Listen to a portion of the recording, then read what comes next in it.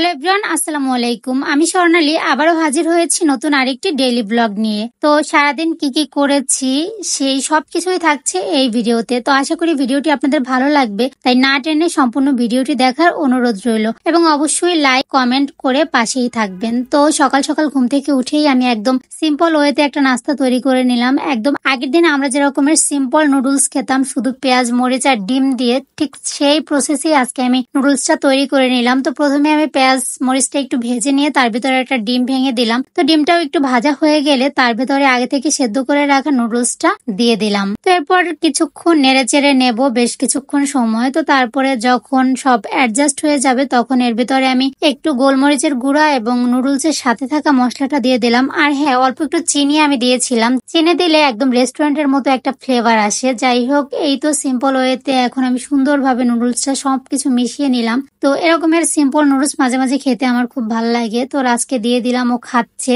তো এই পাশে আমি মুগধর নাস্তাটাও বানিয়ে নিয়েছিলাম। তারপর আমার জন্য একটু চা বসিয়ে দিলাম। তো চা আর মুগধর নাস্তা নিয়ে চলে আসলাম আমি খাটের উপরে। এখানে বসে বসে মুগ্ধকে খাওয়াচ্ছি, ওকে আমি সেরেলাক খাওয়াচ্ছি। ও সকালবেলা সেরেলাকই খায় আর ও ম্যাক্সিমাম টাইমই সেরেলাক খায়। ও অন্য কিছু তেমন একটা খেতে চায় না। যাই হোক, এরপর ওকেও খাওয়াচ্ছি, পাশাপাশি আমি একটু চা খেয়ে নিচ্ছি। তো তারপর চা শেষ করে চলে আসলাম রান্নাঘরে। তো ঘুম থেকে উঠেই আমি একটা মুরগি ভিজিয়ে রেখেছিলাম, দেশি মুরগি আর কি। তো সেটাকে এখন কেটে নেব। তো কেটে কুটে সব রেডি করে নিয়েছি। এখানে কাঁঠালের বিচি আছে, আর আছে মুরগির মাংস, আর আছে আলু। যে কোনো মাংসের সাথে রাজের আলু লাগবেই, তাই রাজের জন্য জাস্ট অল্প একটু আলু দিলাম। ও মাংস যদি খায় 1 পিস, আলু খাবে 3 পিস। যাই হোক, এরপর আমি রান্নাটা বসিয়ে দিয়েছি। তো এরপর আমার একটা পার্সেল চলে আসে। পার্সেলটা মূলত মুগ্ধর জন্যই অর্ডার করা ছিল। তো এখানে আমি মুগ্ধর জন্য বেশ কিছু প্রয়োজনীয় জিনিসপত্র অর্ডার করেছিলাম। মুগ্ধর জন্য চামচ ফিডার, ভিপ ট্রে, ফিডার পরিষ্কার করার ব্রাশ, ম্যাশ বাটি, সিলিকনের বাটি, চামচ, ফিশ প্লেট,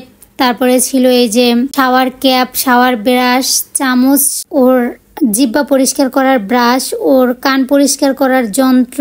তো মোটমাট এখানে প্রায় 22 রকমের আইটেম ছিল। সাথে ছিল 6 কালারের 6টা বল। তো সবকিছু মিলিয়েই এটা একদম রিজনেবল প্রাইসের ভেতরে পেয়ে গেছিলাম। আর আমার সব থেকে বেশি চামচ ফিডারটা দরকার ছিল, তাই অর্ডার করা। আর এর সাথে কিন্তু কিউট একটা মামপটও ছিল। তো সবকিছু মিলিয়ে আমার কাছে বেশ ভালো লেগেছে আর রিজনেবলও লেগেছে, তাই অর্ডার করে দিয়েছিলাম। তো এরপর এই পাশে আমার রান্নাটা হয়ে গেছে। তো এখন আমি একটু নেড়েচেড়ে এর ভিতরে ভাজা জিরার গুঁড়ো দিয়ে দিলাম। তারপরে ঢাকনা দিয়ে ঢেকে বেশ কিছুক্ষণ চুলার উপর রেখে চুলাটা বন্ধ করে দেব। তো তারপরে আর কোনো ভিডিও ক্লিপস নেওয়া হয়নি, গোছল খাওয়া সবকিছু হয়ে গেছে। তারপর আমি একটু শাড়ি পরে নিলাম। আসলে আমার মনটা ভীষণ খারাপ ছিল, আর মন খারাপ হলেই আমার কেন জানি না শাড়ি পরতে ইচ্ছা করে। আর শাড়ি পরলে মন অটোমেটিকলি ভালো হয়ে যায়। আমার অনেকগুলো শাড়ি। তো আগে আমি এত পরিমাণে শাড়ি পরতাম, যখন মন চাইতো রাত 2টা-3টার সময় উঠেও আমি শাড়ি পরতাম। সপ্তাহে 3 থেকে 4 দিন আমি শাড়ি পরতাম। তো এত পরিমাণে শাড়ি লাভার একজন মানুষ, কিন্তু এখন ব্যস্ততা, সংসার, বাচ্চা সবকিছু সামলে না শাড়ি একদমই পরা হয় না। মাঝে মাঝে আমি আমার শাড়ির ড্রয়ারটা খুলে দেখি যে এতগুলো শাড়ি আমার কিন্তু পরতে পারি না।